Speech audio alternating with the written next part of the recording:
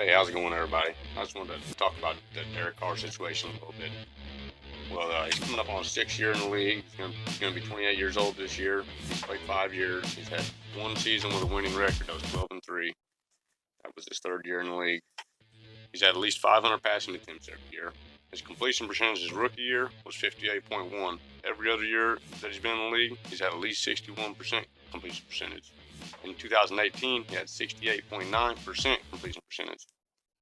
Now let's look at how many touchdowns and interceptions he's thrown every year. As a rookie, he threw 21 touchdowns, 12 interceptions. His 2nd year, he threw 32 touchdowns, 13 interceptions. 3rd year, 28 touchdowns, 6 interceptions. 4th year, 22 touchdowns, 13 interceptions. And last season, 19 touchdowns, 10 interceptions. As you can see right there, he normally throws on average about 2 touchdowns per interception. That's pretty good. And his interception percent all 5 years in a row has been 2% interception percent, 2.3, 1.1, 2.5, and last season 1.8. Now for his career, he averages 6.7 yards an attempt, 10.7 yards per catch. Then we're both real low. That's right there where he really needs to improve. Now here's something interesting for him. For his career here, he's thrown 54 interceptions on 2,800 passes. So when you do the math on that, that means he throws 1 interception for every 51.85 passing attempts. Now, to put that into comparison, Drew Brees, for his career, has thrown 9,783 passes, and he has 233 interceptions. He throws, on average for his career, 1 interception for every 41.98. And Derek Carr's career is 51.85. That's saying something right there. Drew Brees' career interception percentage is 0.23. Now, Derek Carr's career interception percentage is 0.19. That's pretty impressive. Now, last season, Derek Carr, he completed 381 out of 553 passes for the 68.9 completion percentage. Now, let's look at that compared to Aaron Rodgers last year. He had 372 completions on 597 attempts. That means Derek Carr completed 9 more passes on 44 less attempts than Aaron Rodgers. Aaron Rodgers had 62.3 completion percentage last season. Another person that had 62.3 completion percentage last season was Case Keenum, who had 365 out of 586 passes completed. But if I'm going to say something and make Aaron Rodgers look bad, I'll go ahead and tell you that Derek Carr's 68.9% completion percentage, that's the exact same number as Marcus Mariota. But Derek Carr's interception percentage last season was 1.8, and Mariota's was 2.4%. One thing he definitely needs to raise is his TD percentage. Last season, Carr came in at 3.4. Mariota was 3.3. Stafford 3.8. Eli 3.6. And we're all really low. Really low for starting quarterbacks. An average is really about 4.5 to 5 is about average. A real good quarterback's going to get you up to 6, 8, maybe up to about 10 or so, like Mahomes and Wilson last year was around 9 or 10 each.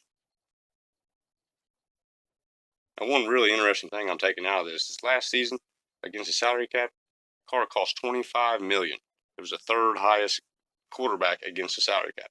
Now, this year coming up, he slotted in to be the 15th highest paid salary. Now, this year, in 2019, he's scheduled to make $22.5 million. That's 15th down on the highest paid quarterback list. So last year, he was 3rd highest paid. This year, it'll be 15th. So actually, I think that he's gaining value because the contract was so front-loaded. He's already got paid the big bucks. Now we're getting him for cheaper. In 2018, there was only 3 quarterbacks that were making $25 million per year last season. 3 quarterbacks made $25 million per year off their salary cap, team total. Now this year coming up, 9 quarterbacks are at $25 million or more. The thing is with Carr, he's scared to take the chances downfield, especially after that injury. And we didn't really have the best receiving threats last year. It sounded good on paper. I mean, I'm not going to take anything away from Amari Cooper. He's a damn good receiver. But Carr, sometimes he just needs to plant his foot in the ground and just sling that ball, Just make the throw, man. My personal knock with Carr is, man, I don't know if he's got enough confidence in himself.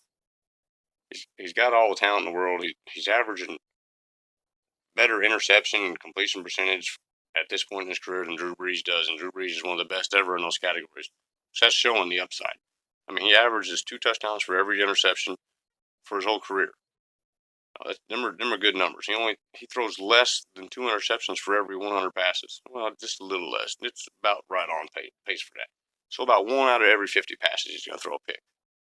That's pretty reasonable for a starting quarterback. He's going to complete about 65 to 70% of his passes. I think this year, if we go ahead and hold on to him for another year, we might as well. The Raiders might as well keep him. You paid him as the number 3rd best quarterback, highest paid quarterback in the league last year. Now this year, the way that everybody else is structured and people's making more money, now he's the 15th cheapest. Or, you know what I mean? The 15th most expensive, 15th down on the list from the top. Roll him on out there. Let him learn John Gruden's tough lingo in his playbook. That's all I ever hear about is how hard it is to learn one of John Gruden's playbook, one of his play calls. Now, hopefully last season he's got the play calls figured out. This year, just let him come out and sling that rock.